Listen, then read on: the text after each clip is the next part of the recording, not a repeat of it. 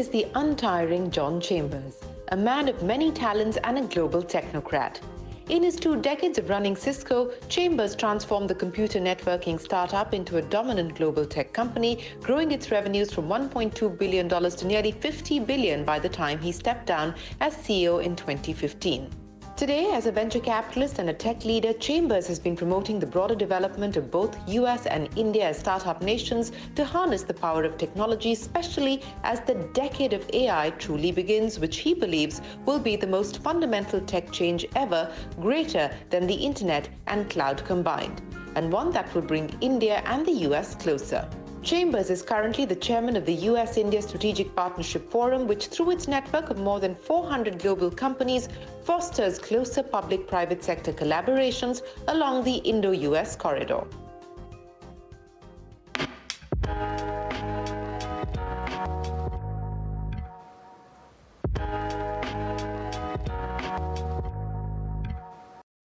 Hello and welcome to Voices from the Valley. I'm Shereen Bhan, and it is my absolute pleasure to welcome back on the program John Chambers. John, what an absolute pleasure to have you back on the program. And thank you for letting us film here in your beautiful home. It's absolutely stunning. Well, it's an honor to be back together. I was looking, we've been doing interviews together for over 20 years. You clearly started when you were a teenager. I was a little bit over. I wish. And this is one of the most fun interviews I do every year with you.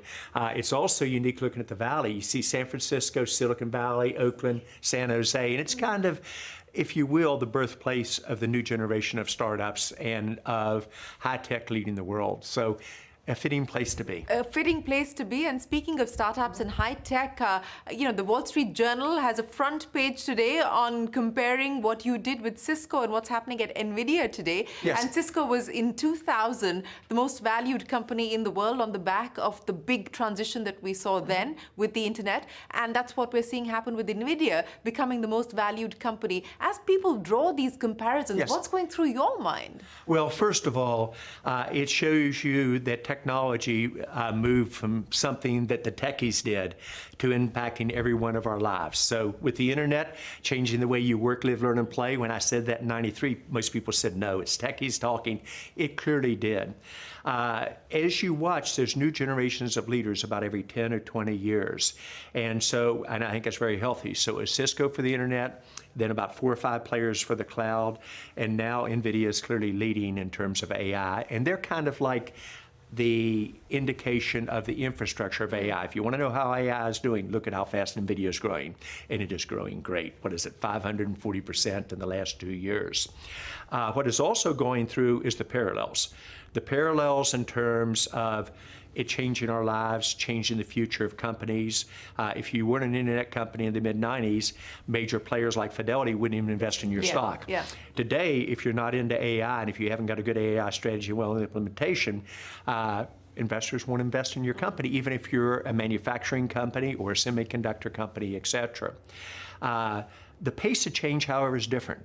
It's about 10 times faster and can be 10 times bigger than what we saw just a few decades ago. So it's not just the age of AI, it's the age of AI and agility. Exactly. And I used to hate the word agility because I thought it was a marketing term.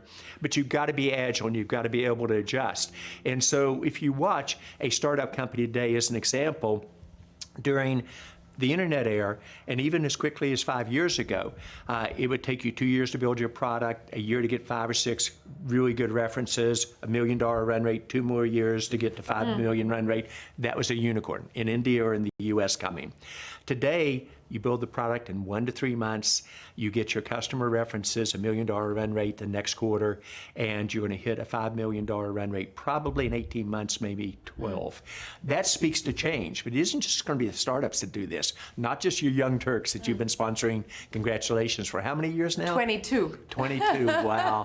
So it isn't just the young startups in India or the young startups here. Everybody can either disrupt or get disrupted, but the same thing's going to happen to big companies. People compare it to right before the dot-com bust. I think that is wrong. Now, don't misunderstand me. Are there going to be some spectacular train wrecks with AI and companies that just missed the mode, got overfunded, et cetera? But I would say, using an American term, I'm trying to learn cricket, as the Olympics hopefully will come to India in the mid-30s coming up. We'll see if we can win that one. But I would compare it to being, in baseball terms, the second inning. So where the internet growth, et cetera, clearly peaked and there was overinvestment in certain categories, Cisco came through it fine, but it was very painful. I think we're in the second inning in terms of what AI is going to represent. I think this will be the decade of AI, and it will be the century of AI. And it will be the foundation to determine economic growth of companies and directions. I'd parallel it, however, to India. I think this decade, and I said this, as you know, I'm the biggest bull optimist on India. You named me that. You named that 8 years ago. But I think this is the decade of India and the century for India. India will become the largest economy in the world. I was the first one to really say that very aggressively. And I will say today, India will probably be, by the end of the century, if we execute right, maybe 90% bigger than the Chinese economy and 30% bigger than the U.S. But if the U.S. and India work together, that's the other thing that can change. So similarities, it's fun watching the leading tech company in each category. Jensen has done an amazing job at Nvidia, but I think they're at the very earlier stage in what can happen. I really believe in that company. And you still believe we're just scratching the surface as far as AI is concerned today, and the headroom and the potential for growth is explosive from here? It's unlimited. And what you can do with companies and countries working together is also unlimited. So if you think about it in terms that your viewership will understand, while there's a lot of number crunching going on with AI and certain applications that are there, the average enterprise is not even in the first inning on using AI in a meaningful way across customer service, across coding, across sales and marketing, interfacing to their customers. It's just getting started in healthcare. AI will help us solve cancer and cure cancer, not in 30 years, but a large part of it in the next decade. So you're just beginning this cycle, and it's kind of like the internet when you first started just doing or entering orders online or doing a little bit of customer service online.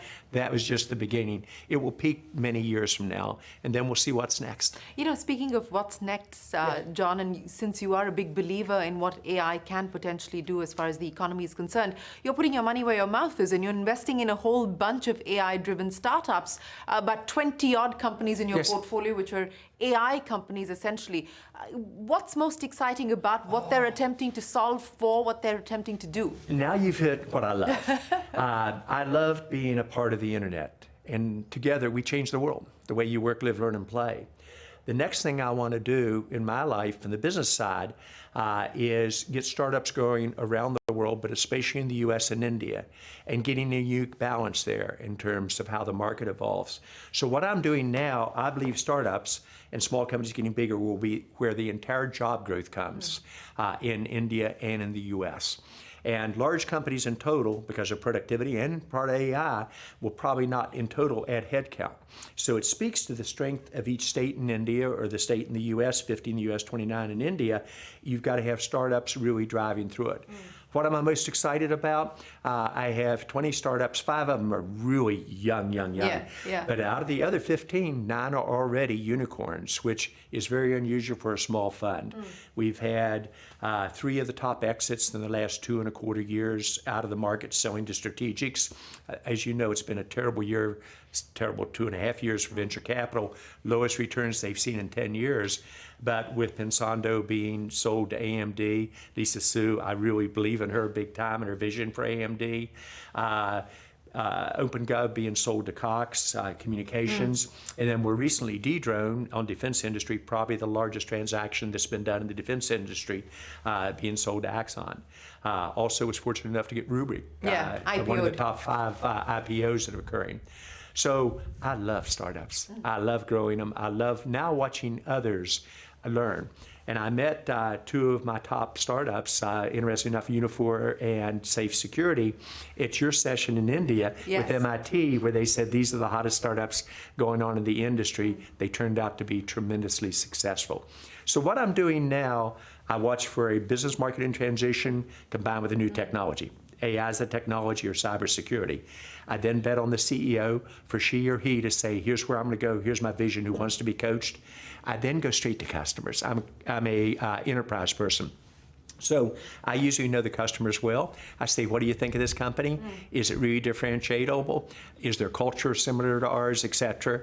And then we outline what we can do together. So I'm more of a coach, a confidant. Even one of my startup CEOs, I get very close to my team, as you know. And he said, would you marry me and my wife? Because I helped coach him through that part of the stage. His struggle with getting the right woman, perfect for him, by the way, that he selected, was harder than him being a great CEO. Yeah, we know you do all kinds of coaching, John, but Yes. let's address your forecast for 2024. You just ended up telling me that it was a challenging 2.5 years for VCs, not for your fund in specific. We were very fortunate and lucky. Yeah, you were lucky. But 2024, a better year as far as VCs are concerned, a better year for IPOs. Do you believe that we are likely to see the return of tech IPOs in 2024? Yes and yes. If you really look at it, I tend to be a little bit contrarian. I don't know, I don't think I see around corners, but I'm good on pattern recognition. And the market transitions we made and called in the market have been pretty good. All the way back to calling in 2020, there was an issue with a virus coming out of China that was slowing down the Southeast economy. I saw it in my startups in Asia, and I said, this is going to affect the world on it. Also called inflation would displace COVID as the major issue over 2 years ago, which it did, unfortunately. In looking at this year, made the predictions in December of 2023, the number one thing I said, this will be the decade of AI, not the year of AI, the decade. The second thing I said, it'd be the decade of India. India's emergence, not just on a global stage, but India's emergence toward being the number one economy in the world in terms of the direction. In terms of the startups and IPOs, what you watch first is the markets. And the markets in India have been going very strong, as you know. And in the U.S. And in the U.S. And so what first moves are the markets. And what moves second is you begin to see M&A activity, which we clearly have. Not big numbers, but reasonably good. That's going to accelerate. Then you see the large companies starting to invest in startups because often they can't move fast enough, especially with AI themselves. They either invest or acquire startups to move. That is usually followed by you get some IPOs going, and then you move back into the normal stage of IPOs. And I think if you're measuring the innovation of a country or a region, tracking unicorns is the right way to go. Yeah. But even though the term is out of vogue now, i.e. decacorns, I actually think decacorns is what government leaders should focus on. Once you get a unicorn platform and a series going well. Because when you get to be a decacorn, let's say between 10 billion and 100 billion, there are only 43 in the US today, high tech. That number, in my opinion, in the next 6 or 7 years will go over 100. When you get to be a decacorn, that's when you move from 1,000 or 2,000 people as a unicorn. So the job creation 10,000. That's where the economic strength for the future. Whichever countries lead in technology, especially in AI, are going to lead in economic growth, defense, et cetera. And that's why I keep pushing back. The combination of the US and India, I think, can change the world, and we ought to dream bigger. So yes, I think barring a political surprise globally, I'm talking about geopolitics on it, I think you can continue to see things improve. When the market keeps going like it is, hitting new highs in India and in the US, inevitably IPOs follow because your price of the existing stocks go up. Yeah. You want new opportunities, et cetera, on it. And in fairness, the market lost track, and this is where it was similar to 2000, lost track. It was purely about growth and unreasonable expectations, not a focus on cash flow and profitability. You've seen the return of that. You've seen the return of let's run it like a real company, except with agility, as you said earlier, and tremendous speed. So yes, I'm the optimist for that. I am all in. I'm investing on more companies, and my investments are almost entirely in India and in the US. You know, you talk about the India-US relationship, and you know, you've been a big champion and a big believer in the India story, but there's a long distance still to go to fully realize the potential of this partnership and this relationship. Where do you believe it's being constrained today? Gotcha. I love your questions, and the cool things, we've done this so many times. I know what your current question is, your next one, the one after. So let's first talk about how far it's come.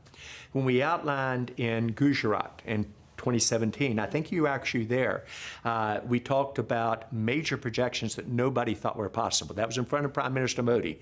But we projected that India would be the fastest growing country in the world, that India would be the model for the rest of the world, not an emerging country moving into a developed country, but a model for how you did many things. And you see that innovation occurring. You have been the fastest growing economy, and there's still a lot of room to make it more inclusive and to create more jobs, but tremendous progress. As the largest democracy, watching your elections just occurred, and congratulations to Prime Minister Modi.